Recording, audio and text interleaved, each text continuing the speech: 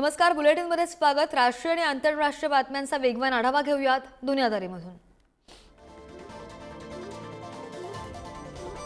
स्पेनमध्ये ski lift कोसळली आणि त्यामुळे भीषण अपघात झाल्याचं कळतंय। एका रिसॉर्टमध्ये स्की लिफ्ट कोसळल्यामुळे अनेक लोक जखमी झालेले आहेत आणि स्की लिफ्ट कोसळल्यामुळे 30 जण जखमी झालेले आहेत असं कळतंय। जखमींपैकी 9 जणांची प्रकृती गंभीर आहे आणि इतर 8 जण मध्यम जखमी झालेले आहेत। जखमींवर रुग्णालयामध्ये उपचार सुरू आहेत आणि रिसॉर्टमध्ये सुमारे 80 लोक अडकल्याचं कळतंय। स्की लिफ्टला लटकलेले होते आणि पायरेनिस येथील अस्टून स्की रिसॉर्टमध्ये दुपारी 12:30च्या सुमारास हा अपघात झाल्याची प्राथमिक माहिती सुद्धा समोर आली।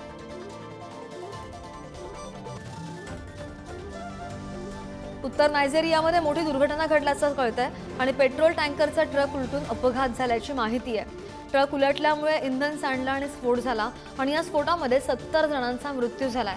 अनेक जण या स्फोटामध्ये जखमी झाल्याचं कळतंय। या अपघातामध्ये 56 जण जखमी झालेले आहेत आणि 15हून अधिक दुकानं सुद्धा उद्ध्वस्त झाली आहेत। जखमींना उपचारासाठी रुग्णालयामध्ये दाखल करण्यात आलंय आणि त्यांच्या उपचारासाठी शक्य ते सर्व प्रयत्न सुरू आहेत आणि हा स्फोट इंधन ट्रान्सफरमुळे झाल्याचं पाहायला मिळत आहे।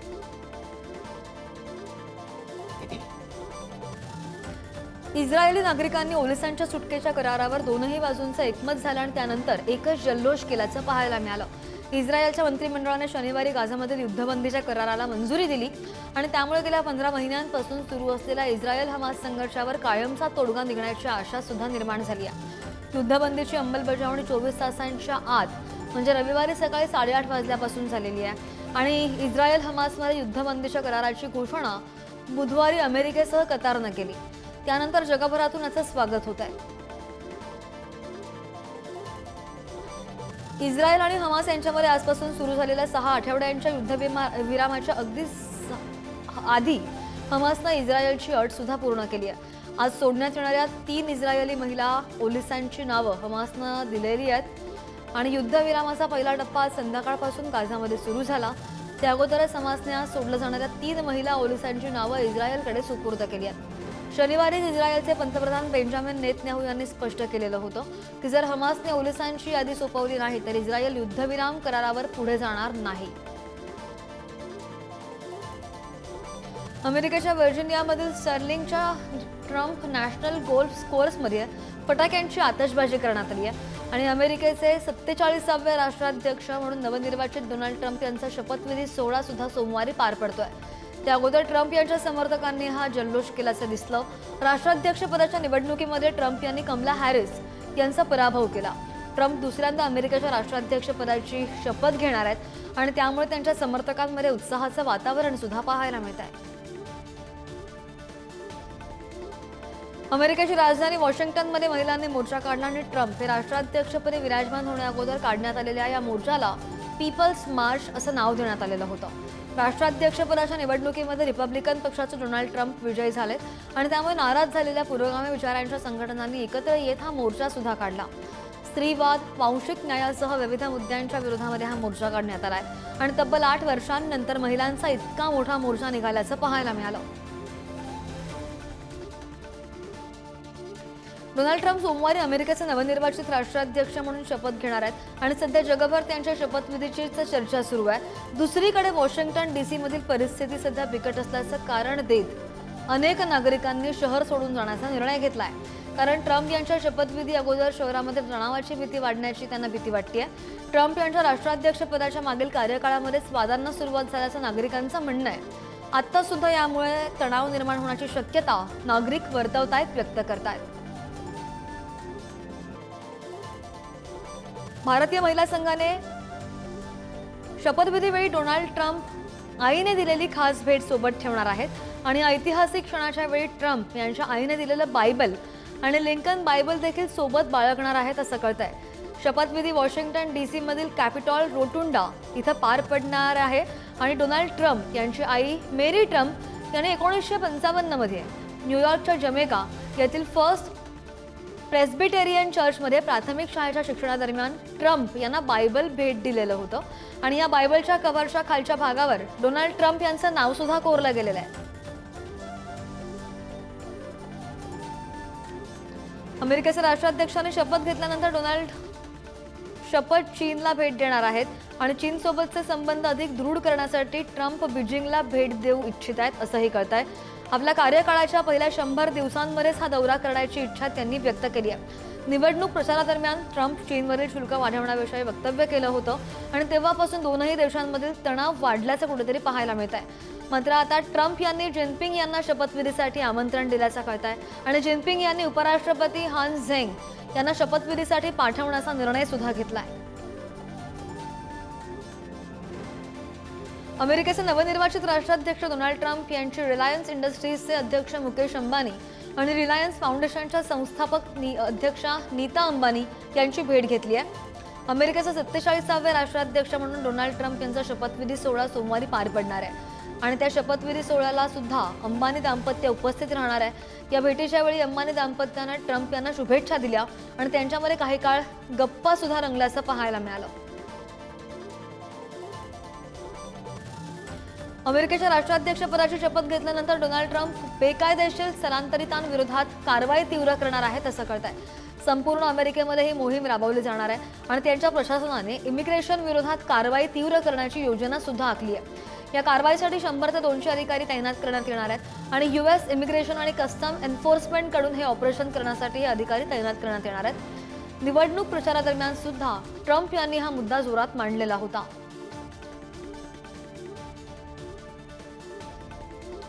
अमेरिकेमध्ये नवनिर्वाचित राष्ट्राध्यक्ष डोनाल्ड ट्रम्प यांनी बेकायदा स्थलांतरितांविरोधात मोहीम तीव्र करण्याचे संकेत दिलेले असतानाच दुसरीकडे मावळते राष्ट्राध्यक्ष जो बायडन यांनी जाता जाता व्हिसाच्या नियमांमध्ये मोठा बदल केलाय. बायडन यांनी H-1B व्हिसासाठी नवीन नियमावली लागू केली आहे आणि या नवीन नियमांचा भारतीय स्थलांतरितांचा खूप फायदा होणार आहे. जो बायडन यांनी अमेरिकेच्या व्हिसा धोरणामध्ये केलेली ही शेवटची सुधारणा असेल. H-1B व्हिसाधारक त्यांच्या देशामध्ये न परतता व्हिसाचं नूतनीकरण करू शकतील. अफगाणिस्तानामध्ये महिला आणि मुलींवर लादलेल्या शिक्षणाची बंदी संपवण्यासाठी मागणी तालिबानच्या एका वरिष्ठ अधिकाऱ्याने केल्याचं पाहायला मिळालं. महिलांना शिक्षणापासून वंचित ठेवण्याचा कोणताही धार्मिक किंवा सामाजिक आधार नसल्याचं त्यांना म्हटलेलं आहे आणि तालिबानच्या परराष्ट्र मंत्रालयाचे राजकीय उपाध्यक्ष शेर मोहम्मद यांनी 18 जानेवारीला महिलांच्या शिक्षणासंदर्भात विचार सुद्धा व्यक्त केले.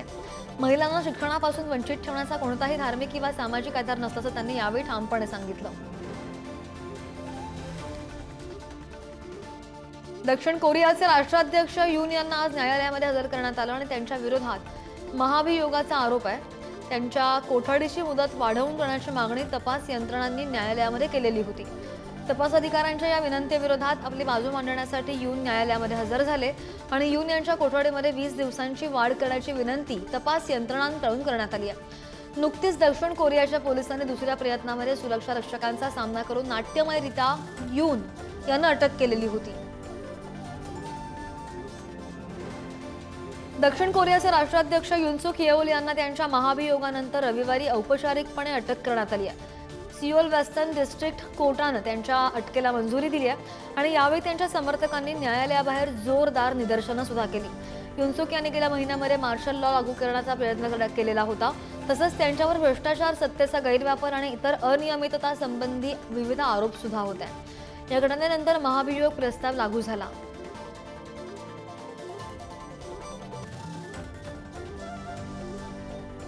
आता पंतप्रधान नरेंद्र मोदी आंतरराष्ट्रीय पॉडकास्टमध्ये माघार घेणार आहेत आणि प्रसिद्ध अमेरिकन पॉडकास्टवर लेक्स फ्रीडमन यांच्याशी मोदी पॉडकास्टमध्ये विविध विषयांवर चर्चा करतील. खुद्द फ्रीडमन यांनी ही माहिती दिली आहे. नुकतीच पंतप्रधान मोदींनी झिरोथाचे सहसंस्थापक निखिल कामत यांच्यासोबत पॉडकास्टमध्ये भाग घेतलेला होता आणि यामध्ये त्यांनी विविध विषयांवर भाष्य सुद्धा केलं. फ्रीडमन यांनी रविवारी एक्सपोज करत या पॉडकास्टची माहिती दिली आहे आणि फेब्रुवारीच्या शेवटी मोदींसोबत पॉडकास्ट करतील. या पॉडकास्ट संदर्भात खूप उत्सुक असल्याचं सुद्धा त्यांनी म्हटलंय. पाकिस्तानमधून 4 मुलांसह प्रेमापोटी आलेल्या सीमा हैदरचे पतीने भारत सरकारकडे मुलांच्या भेटीची इच्छा व्यक्त केली आहे. सीमा हैदरचे पती गुलाम यांनी मुलांना भेटण्यासाठी आणि मुलांचा ताबा मिळवण्यासाठी भारत सरकारला मदतीचं आवाहन केलंय. गुलाम हैदर यांनी नुकतंच परराष्ट्र मंत्री एस जयशंकर यांच्याकडे एक व्हिडिओ संदेशाद्वारे न्यायाची विनंती केली.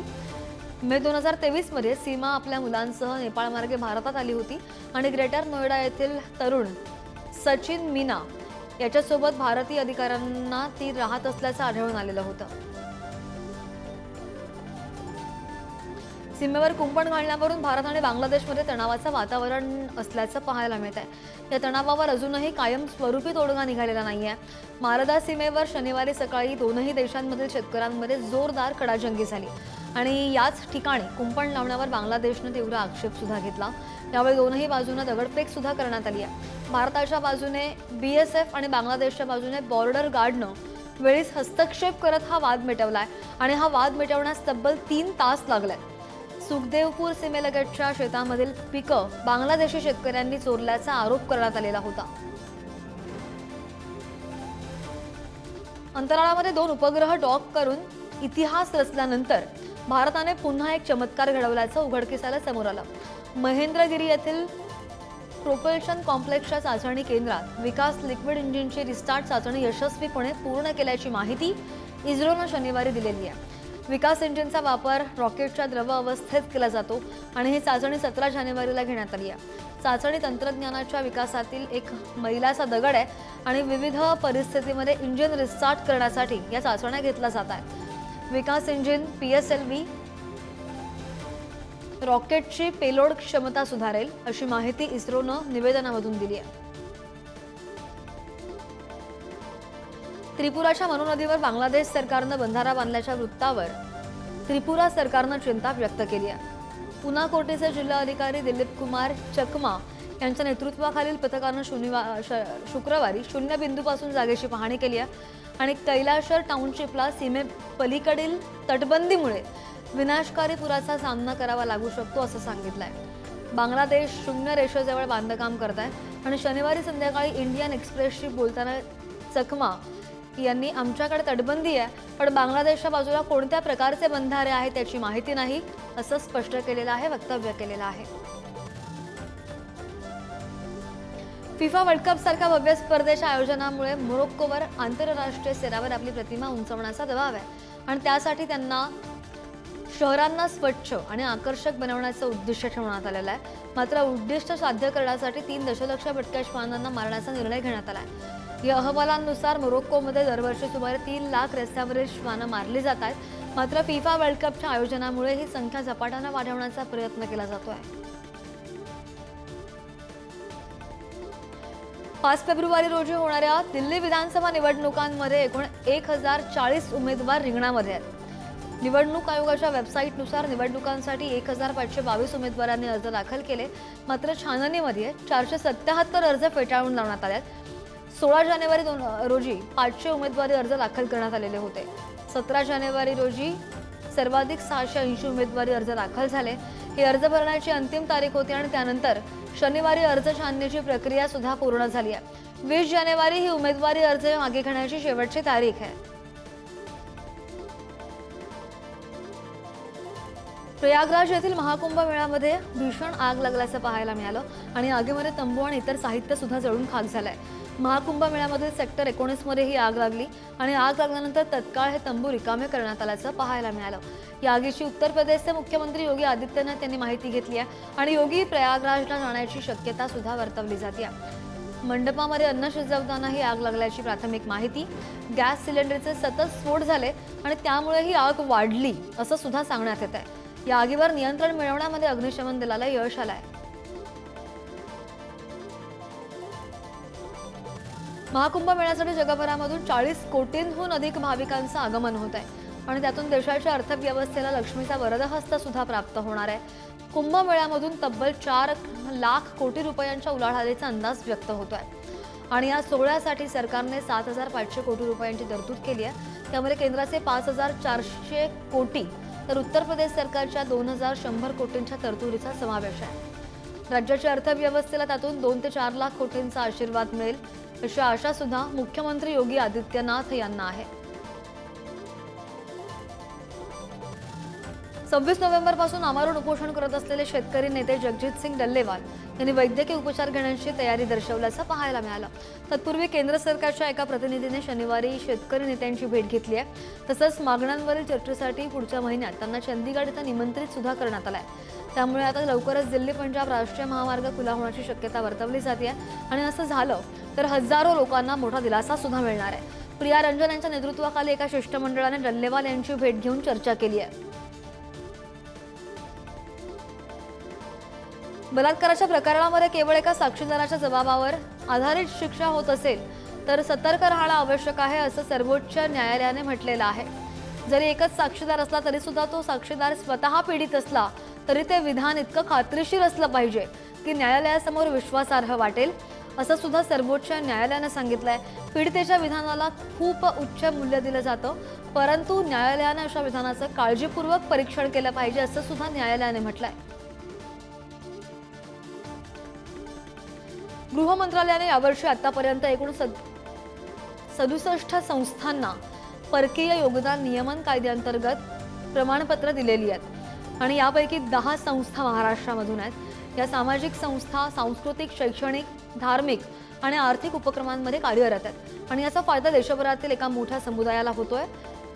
मंत्रालयानं ही माहिती दिलेली आहे. गेल्या वर्षी गृह मंत्रालयानं महाराष्ट्रामधील अशा 56 संस्थांना ही प्रमाणपत्र दिलेली होती आणि यावर्षी महाराष्ट्रामधील 10 संस्थांसह देशांमधील 67 संस्थांना ही प्रमाणपत्र वाटप करण्यात आलेली आहेत, देण्यात आलेली आहेत. पंतप्रधान नरेंद्र मोदी यांचा मन की बात हा कार्यक्रम प्रत्येक महिन्याच्या शेवटच्या रविवारी रेडिओवरून प्रसारित केला जातो. पण यावेळी नव्या वर्षातील मन की बात कार्यक्रमाचा 118वा एपिसोड हा एक आठवडा अगोदरच प्रसारित झालाय. या महिन्यामध्ये शेवटच्या रविवारी प्रजासत्ताक दिवस आहे आणि खास कारणांमुळे मोदींनी यावेळी एक आठवडा आधीच मन की बातच्या माध्यमातून देशवासियांशी संवाद सुद्धा साधलाय. या भागामधून मोदींनी निवडणूक आयोगाचे आभार मानलेत. तसंच महाकुंभ मेळ्यावर सुद्धा मोदींनी या कार्यक्रमामध्ये प्रतिक्रिया दिल्याचं दिसलंय.